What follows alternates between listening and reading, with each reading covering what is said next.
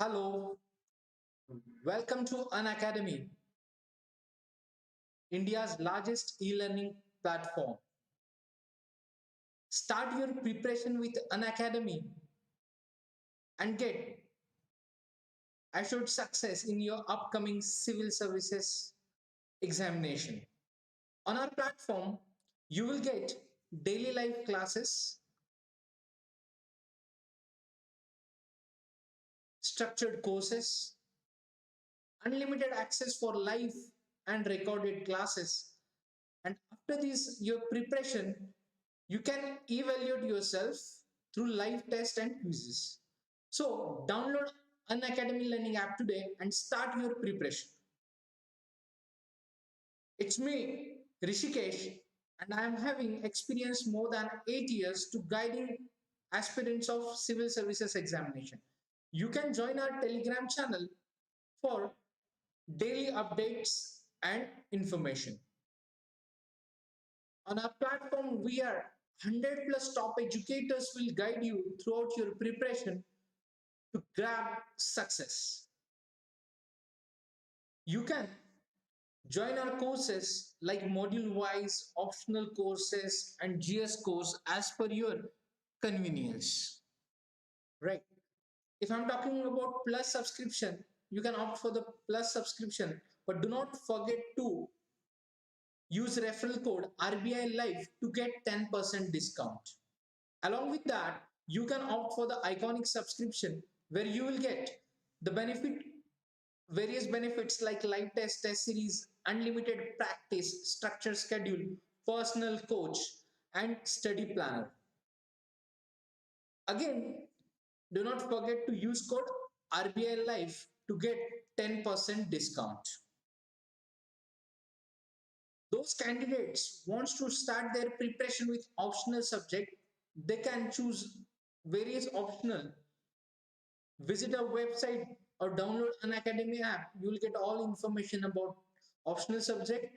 Again, do not forget to use code RBI Life. Now, there is announcement for Unacademy Combat. So you can join this contest on 31st January 2021 in the morning, 11 o'clock, where different teams will participate and will provide you the questions. So there are 13 combats, right?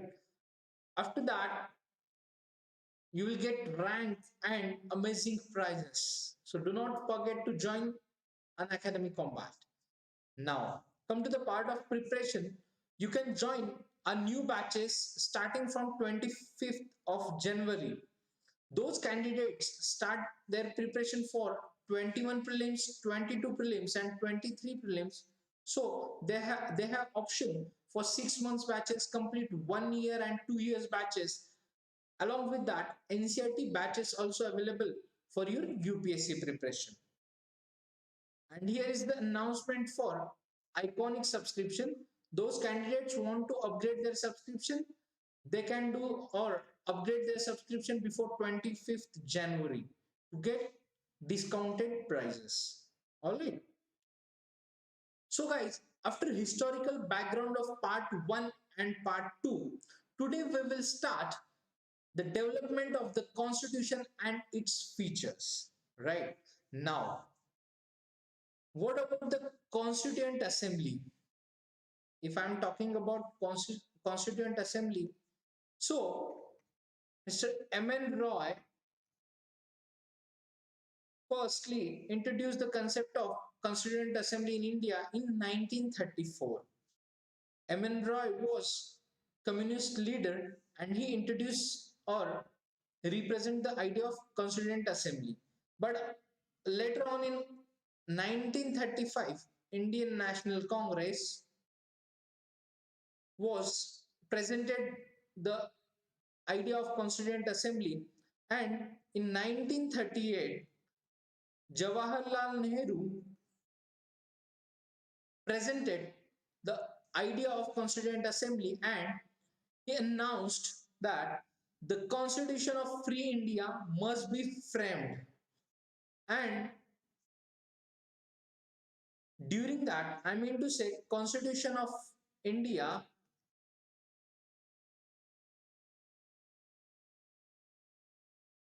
framed by Indian people only, right? Means there is no any interference of external forces, means especially Britain.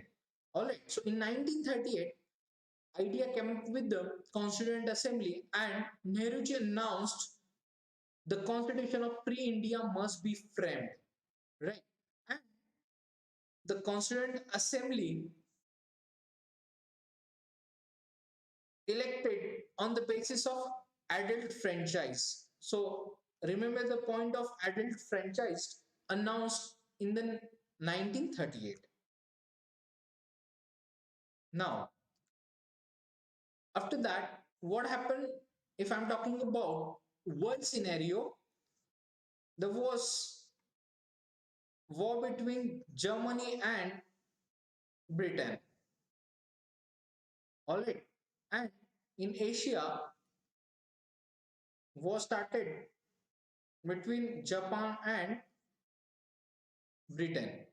So during that, different different stages and developments happened in India.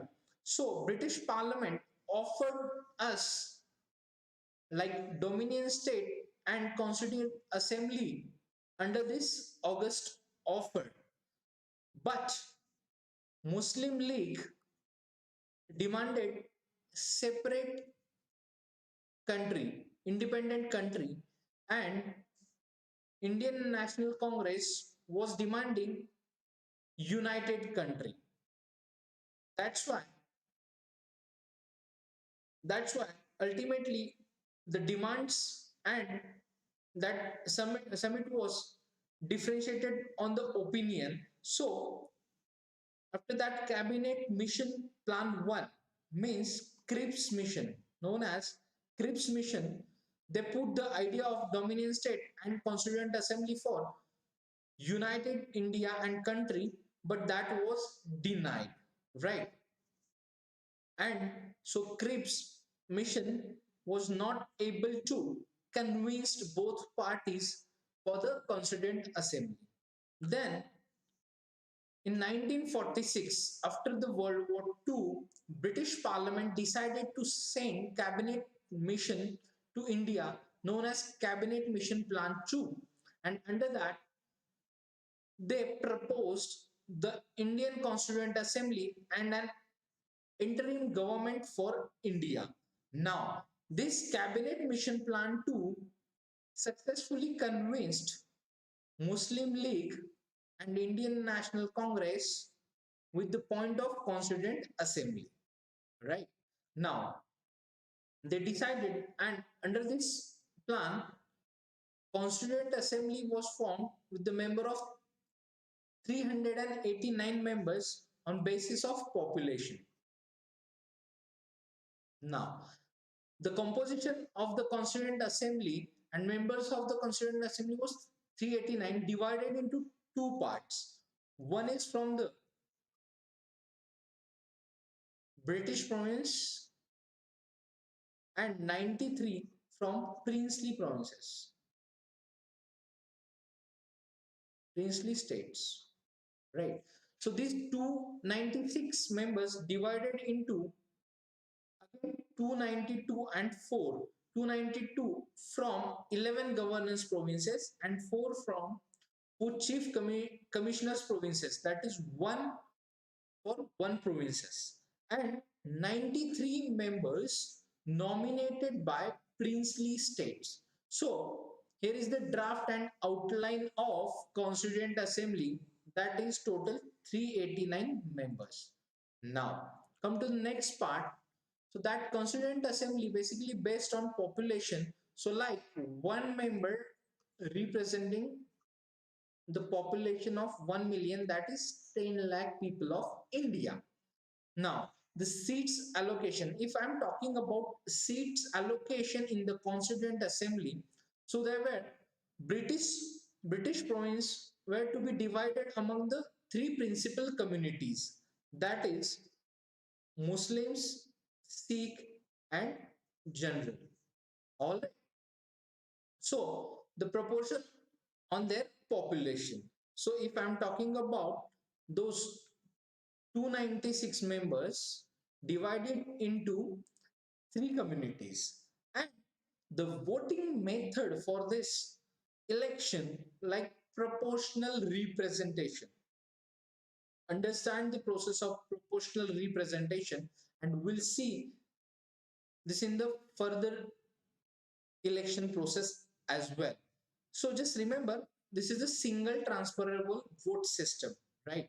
Now, Constituent Assembly was to be partly elected and partly nominated. As I told you, few members from British provinces elected and few from princely states, that is nominated. All right. So it's a combination of elected and nominated members. Now, after the election, there were election was took place in July and August 1946. After that, election of known as election of Constituent Assembly. After the elections for 296 seats, there were 73 seats won by Muslim League, 208 seats won by Indian National Congress, and 15 seats won by other parties. Right. Now, the remaining 93 seats allotted to the princely state were not filled as princely states decided to stay away from the Constituent Assembly. Right. Now, after they convinced, but initially they decided to stay away from Constituent Assembly. Now, we'll see working of the Constituent Assembly. Till the time we have seen the formation of Constituent Assembly. Now, after the election, they started their working. So, the important date is 9th December 1946. First meeting was there of Constituent Assembly. Now, here are the points to be remembered. Like Muslim League boycotted the meeting because they thought on the basis of majority, maybe Constituent Assembly and British Parliament denied their demand of separate country, right? So they denied or they boycotted the meeting, first meeting took place on 9th December 1946. Now, that first meeting attended by 211 members only, right? Now, in that meeting,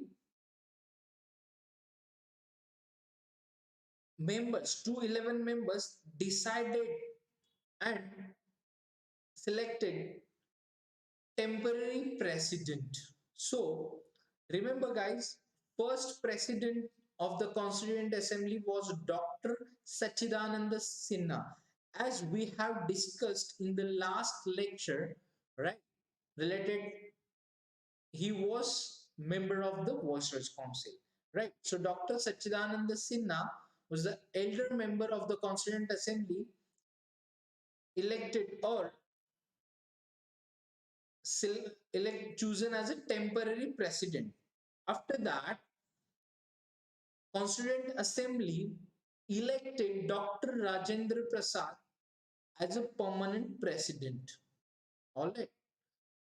Till the election, Dr. Sachidananda Sinha was the president, and after that, Constituent Assembly elected permanent president as Dr. Rajendra Prasad.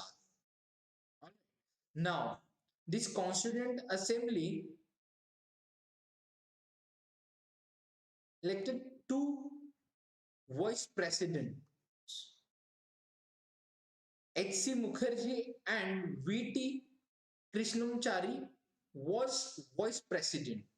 So there was one president and two vice presidents of Constituent Assembly. Now, working of the Constituent Assembly started. In the first meeting, they have decided their president, president and procedure. After the election, they decided one president and vice presidents accordingly. Now, next meeting was conducted on 30th December 1946. So here are the few points to be remembered of this meeting. Objective resolution, right? Objective resolution passed. So what was the objective resolution? Like few recommendations and topics still continue, and we have seen in our preamble as well. So objective resolution passed on 30th December 1946. Now after that, if we can say on that date, fundamentals and philosophy of the constitutional structure was formed, and the assembly declares its firm and solemn resolve to proclaim India as an independent sovereign republic and to draw up for her future governance a constitution. So here constituent assembly declares his idea of a country, that is independent sovereign republic,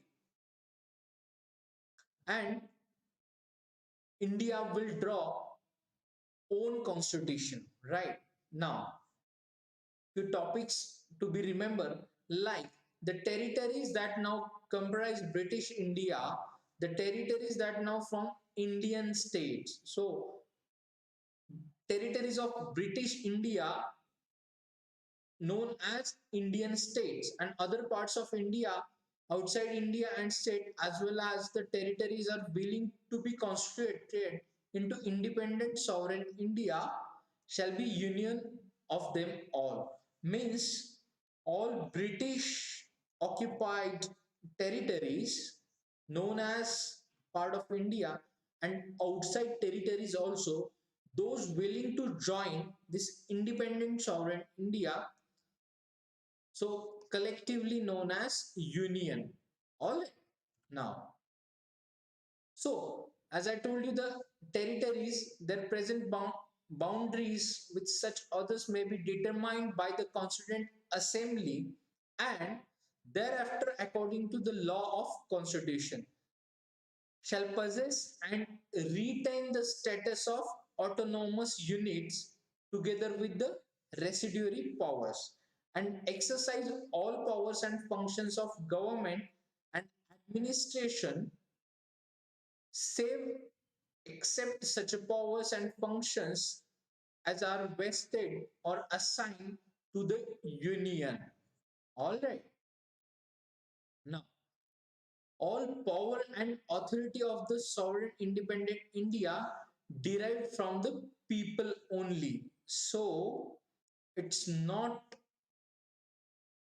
dictatorship. We followed, democracy. Means independent India derived the powers from the people only. Now, in this meeting, next point to be remembered, right?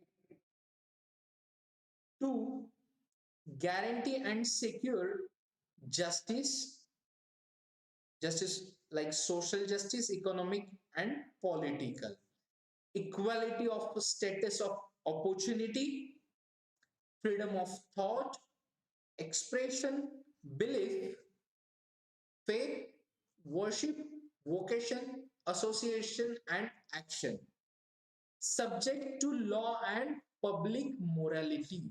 In this meeting, they have discussed the feature of our Constituent Assembly and Constitution to guarantee these all aspects. Right. Again, they discussed to provide adequate safeguards for minorities, backward and tribal areas, and depressed and other backward classes. So inclusive idea. Inclusive idea was proposed in this meeting and adequate safeguards for all these sections of our society. They discussed to maintain the integrity of the territory of republic and its sovereign rights on land, sea and air according to justice and the law of civilized nations. Remember guys, after the after that independence we have decided to follow, you know, international cooperation as well. So to maintain the integrity of the territory of the republic and its sovereign rights on land, sea and air. Now next they discuss to attain rightful honored place, that is our country, in the world and make willing contribution to the promotion of world peace and the welfare of mankind. All right, so ultimately in that meeting they have decided and discussed to form such a country will help and will participate and promote world peace and welfare of mankind. So till the date we are in the phase of and we are improving our democratic country with these features, right? So we are promoting world peace and the welfare of mankind. So all this resolution resolution was on a unanimously adopted by the assembly on January 22 in the year 1947. So we can say it's a modified version forms of the preamble of the present constitution. So all these objective resolution is the version of, we can say, our current preamble of our constitution, right? So in that meeting they have decided and discussed these topics. Now after that, as we have studied in the last lecture, Indian Independence Act of 1947 and provisions of that act. So according to this act, first provision was end of British rule in India. So Constituent Assembly discussed and proposed as per that act end of the British rule in India. Now Constituent Assembly, a fully sovereign body which could frame any constitution as per our requirement, right? And then the act empowered. So this act empowered us or the Constituent Assembly to abrogate or alter any law made by British Parliament in relation to India. So this is the part of our freedom. So Constituent Assembly empowered to alter law according to our requirement, right? Now this Constituent Assembly, if I'm talking about the features of Constituent Assembly, known as the sovereign body, and they have divided or established two bodies. One is legislative body and second one is constituent body. Now they started working of Constituent Assembly to prepare draft of our constitution. So there were two segments or verticals like legislative and constituent. So the president, or like if we are talking about the president of legislative body was G.V. Malvankar and constituents body under the presidency of Dr. Rajendra Prasad. So they have started their day-to-day work to form constitution under these two bodies. like legislative body and constituent body. Now, we will discuss other functions as well. Now, other functions of Constituent Assembly. Okay. Now, first, it's ratified the India's membership of the Commonwealth in May 1949. Second, it adopted the national flag on July 22, 1947. All right. Now, these are the other functions, and Constituent Assembly adopted the national anthem on January 1950, and it adopted the national song on 24 January 1950. Okay, so this Constituent Assembly was adopted the national flag on July 22, 1947. After that, national anthem and national song on 24 January 1950.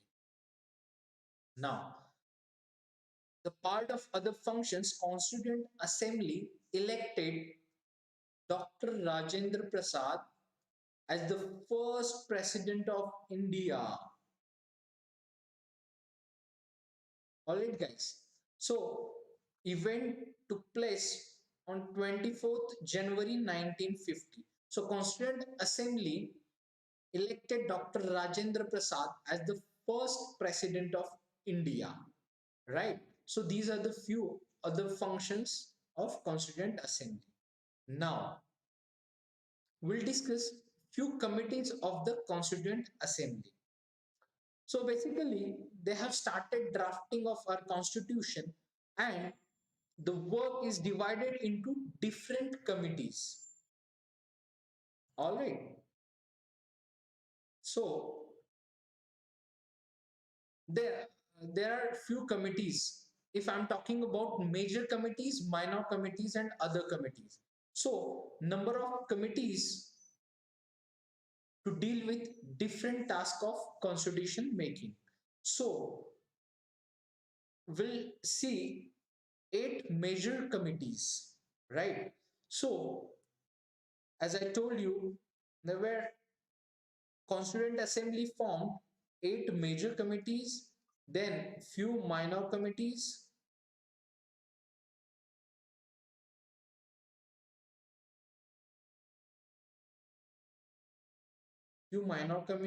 committees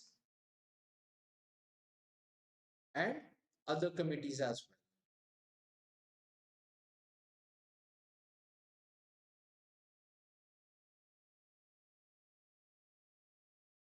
Other committees as well. Now, today we'll see 8 major committees of Constituent Assembly. First, they decided or formed Union Powers Committee, will deals with the all issues of union. Under the head of that committee was Jawaharlal Nehru, right? So they have decided the all verticals, means all various works under the various committees. Now, second committee related with the Union Constituent Committee, under the head of that committee was Jawaharlal Nehru again.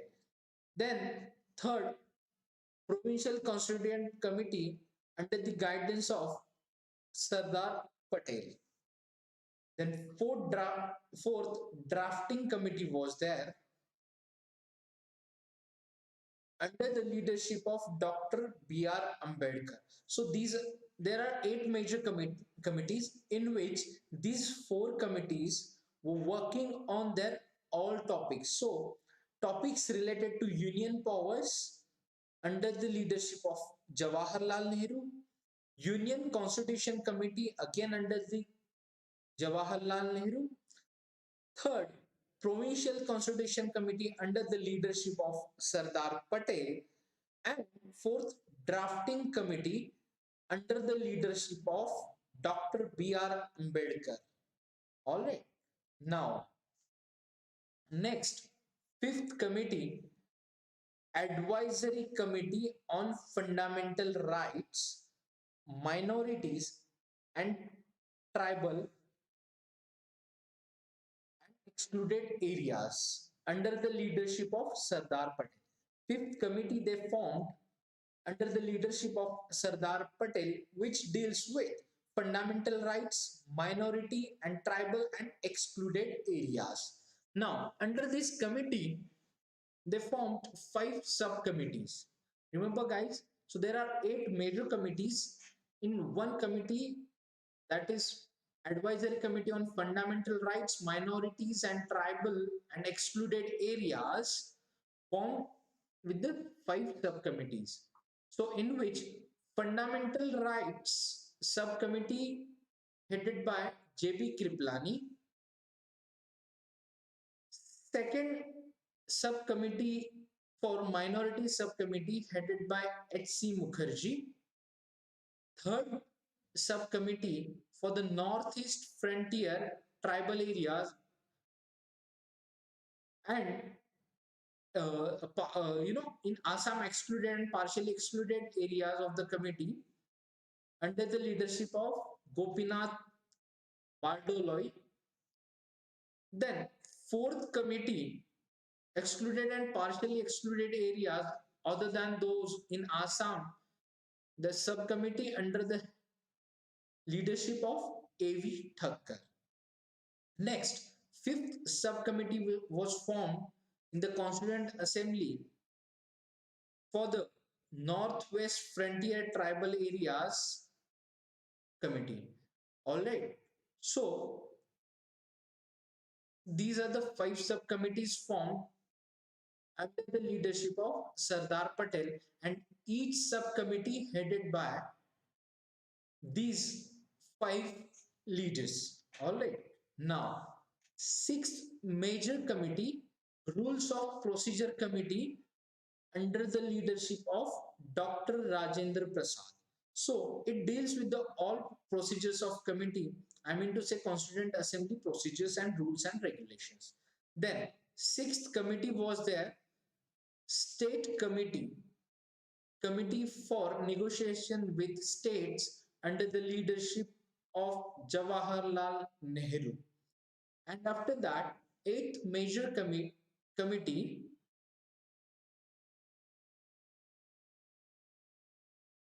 so eighth major committee, steering committee under the leadership of Dr. Rajendra Prasad. So here are the 8 major committees we have studied under the Constituent Assembly. In the next lecture, we'll discuss minor committees, correction, other committees, and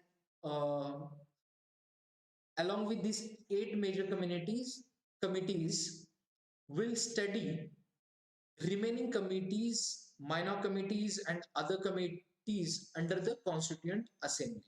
So till the time you can revise the working of Constituent Assembly, like August Hopper, then Cripps Mission, then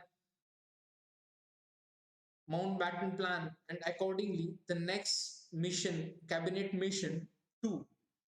All this we have studied in this lecture. So you can revise till the next lecture and we'll see the all features of our constitution and remaining working and formation of the Constituent Assembly in the next lecture. So till the time, guys, revise all those topics. So see you in the next lecture. Keep studying. All the best.